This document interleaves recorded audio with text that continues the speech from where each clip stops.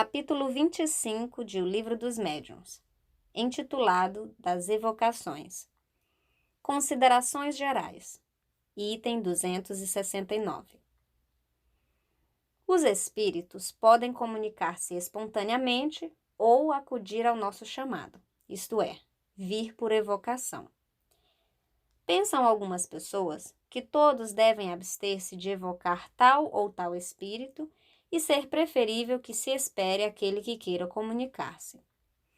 Fundam-se em que, chamando determinado espírito, não podemos ter a certeza de ser ele quem se apresente, ao passo que aquele que vem espontaneamente, de seu moto próprio, melhor prova a sua identidade, pois que manifesta assim o desejo que tem de se entreter conosco.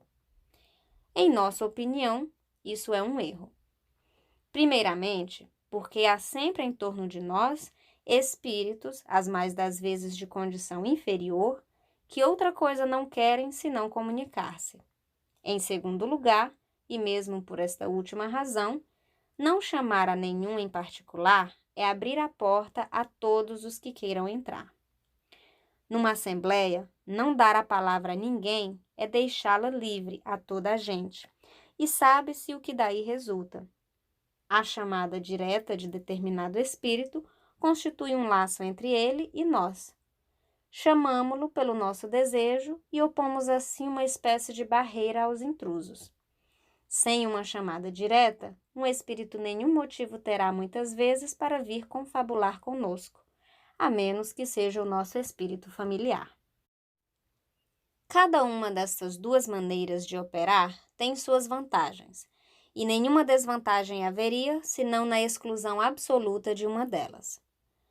As comunicações espontâneas, inconveniente nenhum apresentam quando se está senhor dos espíritos e certo de não deixar que os maus tomem a dianteira.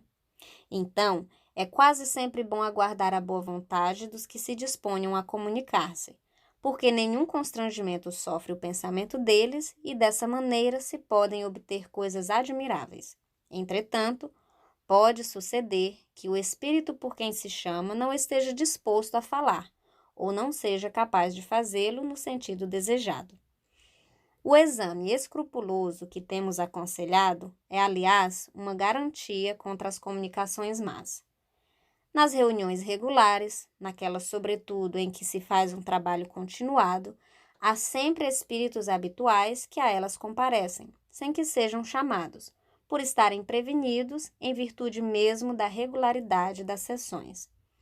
Tomam, então, frequentemente a palavra, de modo espontâneo, para tratar de um assunto qualquer, desenvolver uma proposição ou prescrever o que se deva fazer, caso em que são facilmente reconhecíveis, quer pela forma da linguagem, que é sempre idêntica, quer pela escrita, quer por certos hábitos que lhes são peculiares. Item 270. Quando se deseja comunicar com determinado espírito, é de toda necessidade evocá-lo. Se ele pode vir, a resposta é geralmente sim, ou estou aqui, ou ainda, que quereis de mim? Às vezes, entra diretamente em matéria, respondendo de antemão às perguntas que se lhe queria dirigir. Quando um espírito é evocado pela primeira vez, convém designá-lo com alguma precisão. Nas perguntas que se lhe façam, devem evitar-se as fórmulas secas e imperativas, que constituiriam para ele um motivo de afastamento. As fórmulas devem ser afetuosas ou respeitosas, conforme o espírito, e em todos os casos, cumpre que o evocador lhe dê prova da sua benevolência. Item 271. Surpreende, não raro, a prontidão com que um espírito evocado se apresenta, mesmo da primeira vez. Dir-se-ia que estava prevenido. É com efeito o que se dá quando com a sua evocação se preocupa de antemão aquele que o evoca. Essa preocupação é uma espécie de evocação antecipada, e como temos sempre conosco os nossos espíritos familiares, que se identificam com o nosso pensamento, eles preparam o caminho de tal sorte que, se nenhum obstáculo surge, o espírito que desejamos chamar já se acha presente ao ser evocado. Quando assim não acontece, é o espírito familiar do médium ou do interrogante, ou ainda um dos que costumam frequentar as reuniões que o vai buscar, para o que não precisa de muito tempo. Se o espírito evocado não pode vir de pronto, o mensageiro, os pagãos, diriam Mercúrio, marcam um prazo, às vezes de 5 minutos, um quarto de hora e até muitos dias. Logo que ele chega, diz: aqui estou. Podem então começar a ser feitas as perguntas que se lhe quer dirigir. O mensageiro nem sempre é um intermediário indispensável, porquanto o espírito pode ouvir diretamente o chamado do evocador, conforme ficou dito em o item de número 282, pergunta 5, sobre o modo de transmissão do pensamento. Quando dizemos que se faça a evocação em nome de Deus, queremos que a nossa recomendação seja tomada a sério e não levianamente. Os que nisso vejam o emprego de uma fórmula sem consequências farão melhor abstendo-se. Item 272. Frequentemente, as evocações oferecem mais dificuldades aos médiuns do que os ditados espontâneos, sobretudo quando se trata de obter respostas precisas a questões circunstanciadas. Para isto, são necessários médiuns especiais, ao mesmo tempo flexíveis e positivos, e já no item de número 193, vimos que estes últimos são bastante raros. Por isso, que conforme dissemos, as relações fluídicas nem sempre se estabelecem instantaneamente com o primeiro espírito que se apresente. Daí convir que os médiuns não se entreguem às evocações pormenorizadas, senão depois de estarem certos do desenvolvimento de suas faculdades e da natureza dos espíritos que os assistem, visto que, com os mal assistidos, as evocações nenhum caráter podem ter de autenticidade. Item 273. Os médiuns são geralmente muito mais procurados para as evocações de interesse particular do que para comunicações de interesse geral.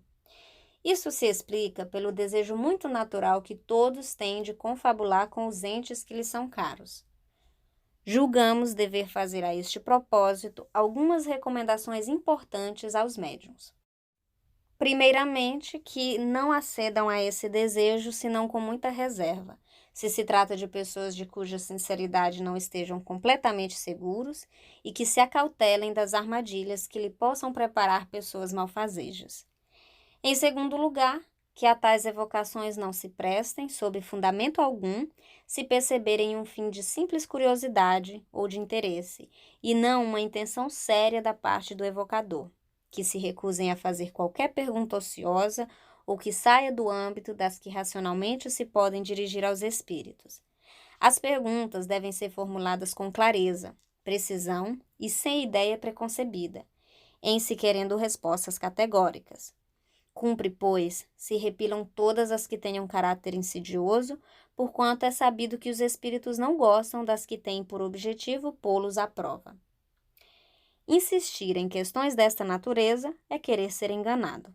O evocador deve ferir franca e abertamente o ponto visado, sem subterfúgios e sem circunlóquios. Se receia explicar-se, melhor será que se abstenha. Convém igualmente que só com muita prudência se façam evocações na ausência das pessoas que as pediram, sendo mesmo preferível que não sejam feitas nessas condições, visto que somente aquelas pessoas se acham aptas a analisar as respostas, a julgar da identidade, a provocar esclarecimento, se for oportuno, e a formular questões incidentes que as circunstâncias indiquem. Além disso, a presença delas é um laço que atrai o espírito, quase sempre pouco disposto a se comunicar com estranhos que lhes não inspiram nenhuma simpatia. O médium, em suma, deve evitar tudo o que possa transformá-lo em agente de consultas, o que aos olhos de muitas pessoas é sinônimo de ledor da buena dicha. Estas foram as considerações gerais, itens 269 a 273, do capítulo 25 de O Livro dos Médiuns, intitulado Das Evocações.